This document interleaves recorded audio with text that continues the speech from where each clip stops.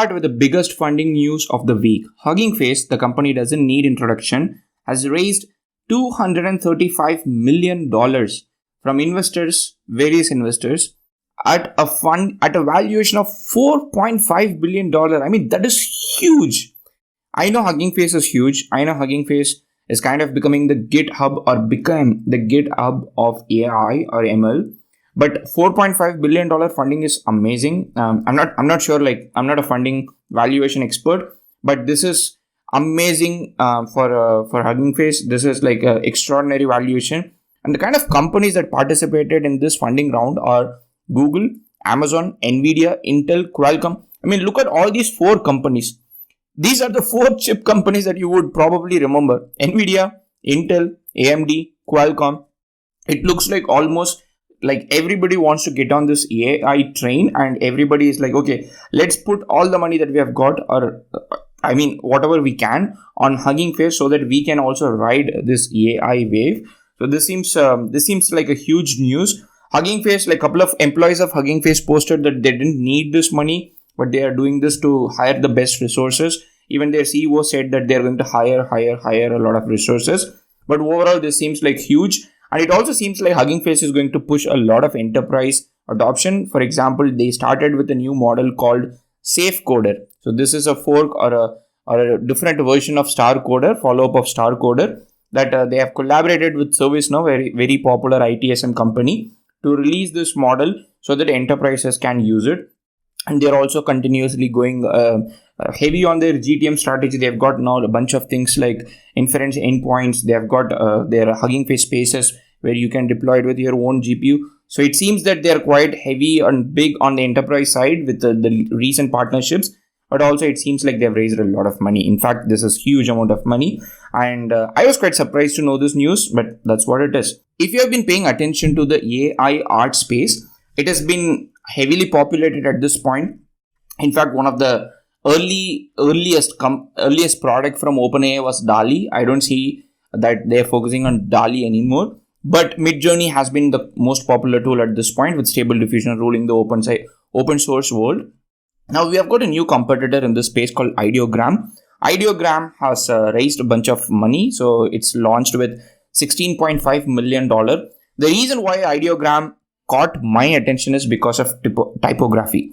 So it can render letters in different colors, fonts, sizes, styles, and there are a lot of different sizes. And you can see, like, for example, if you go ahead and then say a neon sign reading venturebeat.com, so it can do like this. And in fact, I got an opportunity, or I got past the waiting list to test it out myself, and it does a pretty decent job, to be honest. Like, you can see that there is a text that says text in a coffee cup, coffee is life, latte art, deep rich colors, and it has done a tremendous job. It has done coffee is life, coffee is life, coffee is life. The spelling of coffee is, it's kind of messed up here, but coffee is life, coffee is life. I think it does a really good job in terms of the text that it does, and also it does a lot of things good, but I kind of liked it for the text. I'm planning to make probably like a separate video, but I've still not decided, given that this is not an entirely open source solution at this point. But anyways, ideogram.ai seems like an interesting space, especially for people who love text. It doesn't do everything properly yet. For example, there is a lot of typo that you would expect. So the prompt says creator, but you could see 2T here. So the typos exist, but still I think this is the best solution that we have got in terms of typography and text. Getting into the open source world, it seems like Meta AI is on high run, and they want to launch almost everything open source these days to challenge all the commercial models that are available in the world. And we have got a new model called Seamless M40. As the name suggests, the model itself is seamless. The model can do 5 different tasks. The tasks that it can do are speech-to-speech translation, speech-to-text translation, text-to-speech translation, text-to-text translation, ASR, automatic speech recognition. You can either input with speech, or you can either input with text. So you can input either speech or text, and then it can do 5 different tasks. The model is quite amazing. The model is brilliant. I tried it out myself. It does a lot of things good. The model, honestly speaking, a lot of my subscribers actually told me that in terms of speech to text, it still is not as good as Whisper. In terms of text to speech, I would say like Bark is still, I kind of like it. But the advantage with this model, this is one holistic model. I mean, if you ever talk to anybody in DevOps, they would know the pain of having different things for different solution. Having like a single model makes everything more usable. And also in terms of research, I think this takes all of us to an entirely new direction. I kind of liked Seamless M40. I think the models are already uploaded on Hugging Face model for you to use it. You should definitely try it out if you have any interest in the voice or speech space. This is quite amazing. The fact that this model, I mean, they claim that this does better than a couple of open source models like Whisper in a couple of tasks, and that is quite amazing. And the language coverage is also good. Like it covers almost 100 languages for ASR, automatic speech recognition. And in terms of the speech to speech or the voice, it covers like 35 output languages. So overall, this is a good model with a lot of coverage, quite a robust model. And again, a single model that can do a lot of things. I think everybody is going to like it. Next in our open source world is CodeLlama. It's a state-of-the-art large language model specifically for coding. It is a fine-tune of Llama 2 model. Llama 2 model has been already one of the best open source models that are available. And Llama 2 model has been taken by Meta AI, and Meta AI managed to fine-tune Llama 2 model in 3 different ways and then got 3 different models. One is a Python only model, or I mean the model that does really good with Python. The second one is an instruct fine-tune model that can take instructions from human beings and generate code. And the final one, or the first one, is a base model, the code completion model. And the CodeLlama model can go up till 100k tokens. That's something that they have mentioned there. One interesting detail that was mentioned in the paper that was not released is called an Unnatural Codellama model that almost did a really good at a lot of benchmarks, but it was not released by Meta AI. But irrespective of that, this is a really good model. This is going to help a lot of people in fine-tuning their own model for their own programming languages, for their own use cases. Like I was talking to somebody today that the idea is like, can we take CodeLlama and then train it as a front-end engineer? Can we take CodeLlama and then train it like, let's say, a COBOL engineer? So you don't need one single model for everything, because that's not how software engineering works.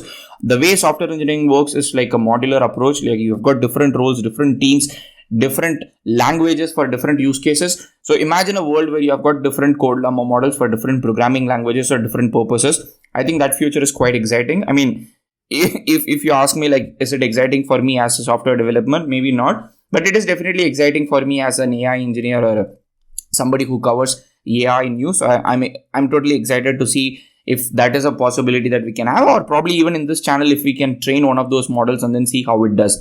But overall, CodeLlama works fine. It comes with the same license as Llama 2. So until you are like Amazon or Google or one of these big companies with more than 700 million MAU, monthly active users, I think you should be fine to use CodeLlama even for commercial purposes. So it's quite amazing the fact that CodeLlama is available. Like I said, there was one detail that was not completely revealed, that is called Unnatural Codellama, which scored really good in the benchmark scores. But Meta AI did not share that, but we already have our open source friends who have managed to reproduce it. So Unnatural Codellama, multiple models have started coming out in the name of Unnatural Codellama, where they are trying to use a data set similar like what Meta AI had used and then train and release the model. I've personally not used this model yet, the Unnatural Codellama, but a lot of promising models in the Unnatural Codellama family have started coming. So this is definitely something that I'm looking forward to try it out, and I'm going to link this in the YouTube description. So if you were to try it out before me, I would really love to hear about how this model is and what is it happening in this world. The next one in the CodeLlama family is there are a lot of fine-tuning efforts that are currently going in fine-tuning CodeLlama model. So we have got from Phind, which is a search engine for developers, AI first search engine. So Phind has announced a blog post saying beating GPT-4 on human eval with fine-tuned CodeLlama 34 billion parameter. I already covered WizardCoder, so this is a very similar case. But the point here is that once again, CodeLlama or the fine-tuned CodeLlama has managed to achieve a really good score. Whether it surpasses GPT-4 or not, that's a totally different topic altogether. But the fact that we have a fine-tuned model, which is open source, commercially available, and you can probably run it on like a GPU that is huge, not necessarily like a supercomputer, is again like a good thing. So this is a Python only model. They have got a Python only model, and they have got also the base model. So if you have got setup like Ullama, and if you have got like a huge GPU, You can definitely run this and then try it out how it works. So this is a model from Phind that has taken CodeLlama, and it has actually tried to fine tune it based on the data set that they had, which is like the 80,000 high quality programming problems and solutions.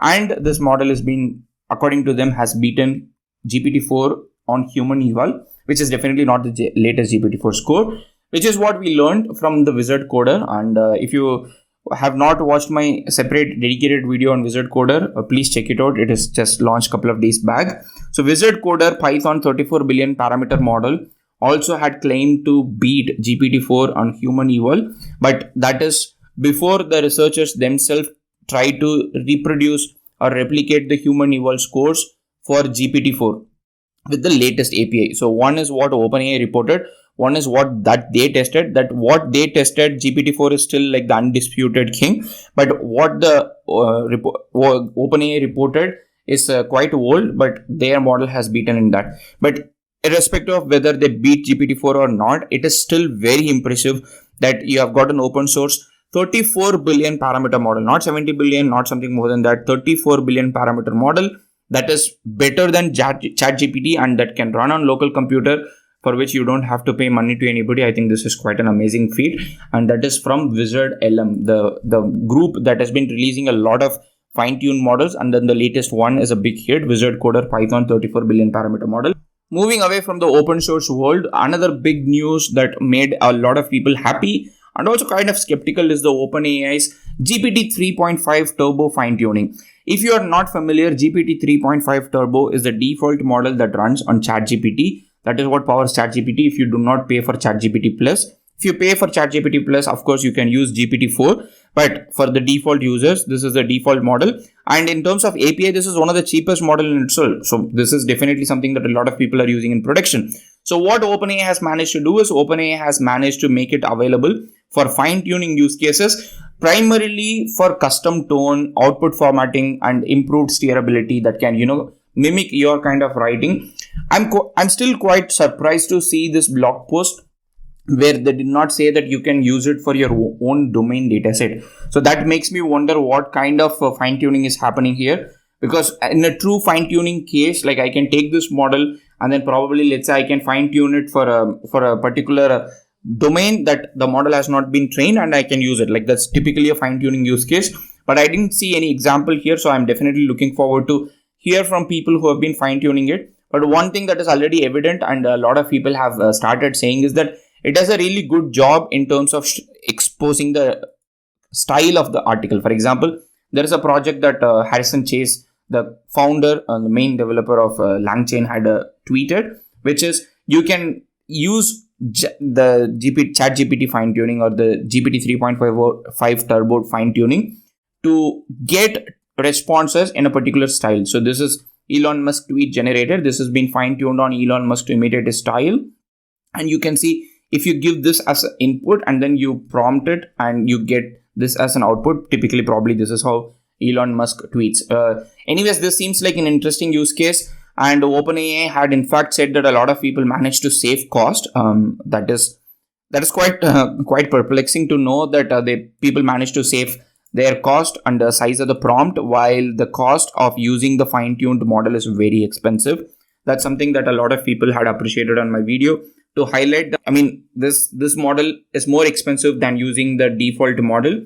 But again, a lot of people would be willing to pay that money because there are a lot of different places where a brand might want to keep the brand tone, brand philosophy, brand vision, and all these corporate things to keep intact. So maybe, it has its own place and a lot of people might like it. Next one is also from OpenAI. OpenAI has partnered with Scale AI. It's a company that not a lot of people would know, but Scale AI is a very popular name in the LLM world. Not a lot of people know it. This is like, one of the cameramans in a movie.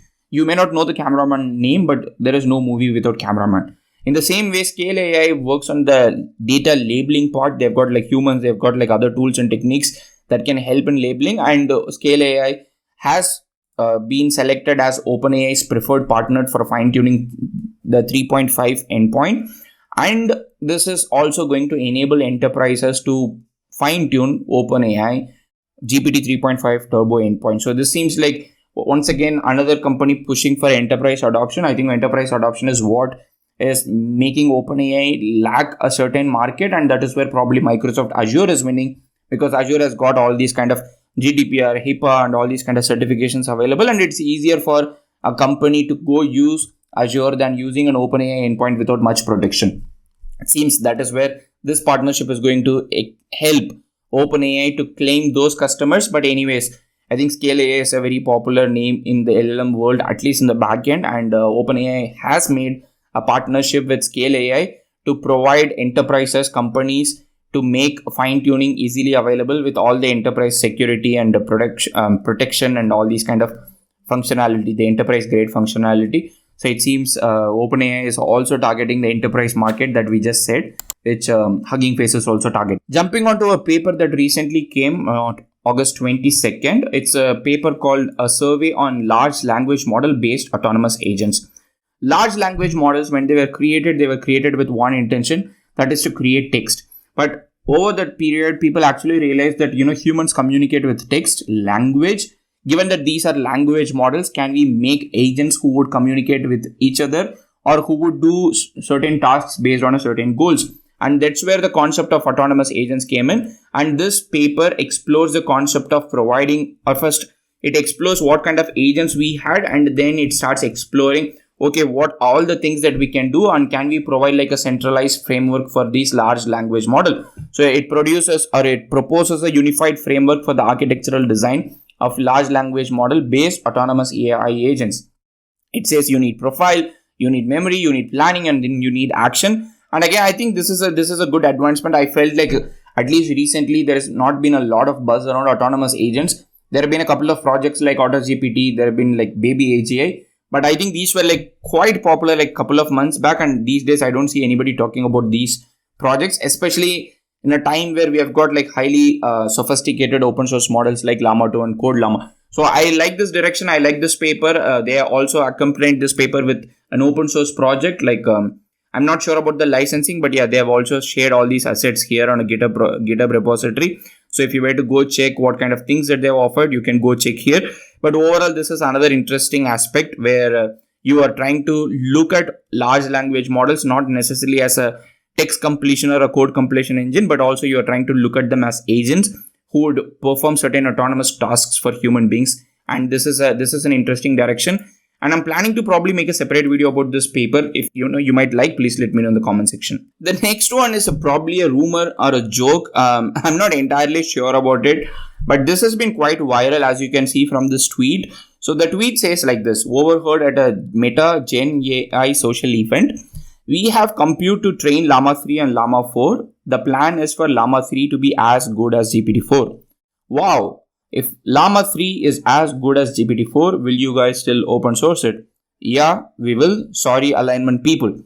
This tweet got mixed responses. This tweet got some positive responses. This tweet got some negative responses. First of all, people were happy. And also people were surprised to know that Meta AI has capability to train a GPT-4 level model. I mean, that's one thing that people are surprised and also happy to know that that model might happen. But also it's also a matter of this alignment concept. Like a lot of people have been talking about, okay, we shouldn't train GPT-5, we shouldn't train advanced AI until we make sure that AI is safe. And this comment in fact actually talks about it. Sorry, alignment people. So I'm not sure the source of it. I'm not sure how real this is, if this was like a real conversation. But this conversation has in fact gained a lot of traction, and as a matter of fact, this also ensures that one of the rumors that came out of Google was like nobody has moat, neither OpenAI nor Google has the moat. Open source has the moat. I think Meta AI kind of seems like, okay, I want to make sure that I crush both Google and OpenAI by releasing open source models, and it seems like Mark Zuckerberg is like full on aggressively trying to do that, and with Jan LeCun also advocating about open source. It is quite possible that we might see a GPT-4 level open source model sometime in the near future, it's completely possible, but I'm not sure what kind of implications it might have. But I would be definitely excited to see such a model. I don't know, what do you feel about I've already run a couple of polls asking like, do you think AI will crush humanity or destroy humanity? And our channel's subscribers are always 50-50. Let me know, like, what do you think about this, especially this line when big researchers and big companies say sorry alignment people. Do you think the whole concept of alignment is misaligned, or do you think it's just another corporate tactic that people use to gain monopoly? I don't know. Just let me know in the comment section what do you feel about it, but it seems quite interesting for me. The next one that we already covered in this channel is the integration between AutoGPTQ and transformers. GPTQ is a form of a quantization, post-training quantization model, and now AutoGPTQ was a library through which people could use GPTQ models. And starting this week, you can use GPTQ models directly from transformers. I think this is an amazing achievement. I am not sure how to feel about it because, again, this is one of those decentralized concept that gets centralized with one company. For example, this model gets integrated into Hugging Face, and Hugging Face is kind of becoming more popular because of this. I mean, I have good faith on Hugging Face, but everything is becoming Hugging Face, so I don't know what to feel about it. But anyways, now nobody is going to use AutoGPTQ for I mean, you would definitely install AutoGPTQ in the background, but nobody would know AutoGPTQ. It's going to completely abstract it. But keeping that philosophical side of mine aside, this is a really interesting achievement. The fact that you can load GPTQ models, you can create GPTQ models, you can fine-tune GPTQ models within Hugging Face transformers is quite amazing. I've planned to make a fine-tuning video, but I've already made the loading and creating AutoGPTQ models, which is quite amazing. And they've also added the bloke, one of the prolific GPTQ or quantized model releasers, in this article as a guest. So I was really happy to see. I would definitely love to see. I mean, I know that Hugging Face is putting these people as guests, but I would love to see Hugging Face actually financially sponsoring these projects, just like how Stability AI is doing. I know there has been a lot of backlash around Imad Mustaq and what kind of things Stability AI does. One thing I cannot just deny, or one thing I just absolutely thank them for, is the kind of funding, the actual money that they put in for these open source projects, so that open source developers can create these projects and release it as open source projects.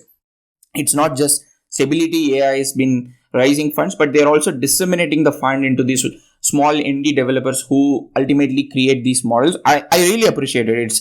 It's genuinely contributing to open source. I appreciate Hugging Face as well, but I would definitely at some point love to see them contributing financially, like with monetary benefits, to these smaller open source projects that contribute to a larger good goal. So let's see if that is going to happen. But at this point, this is a great achievement. Finally, before we close it, there is one news from XAI. It's a company by Elon Musk that is supposedly to be OpenAI competitor, but let's see what is it going to do. So to make us believe that the company is actually working, there has been a recent tweet that came out saying that we are hiring creators, teachers, and curators to help improve our models.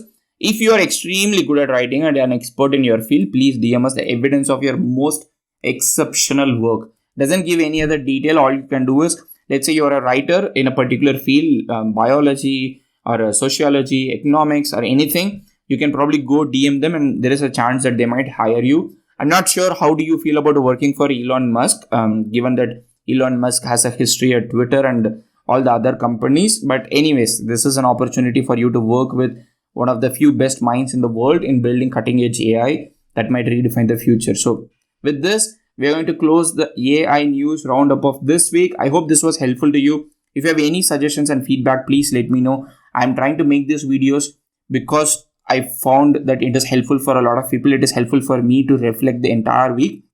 But if you have any suggestions on the formats, the kind of news that I cover, I'm absolutely open to change and taking your feedback seriously. Thank you so much. Happy prompting.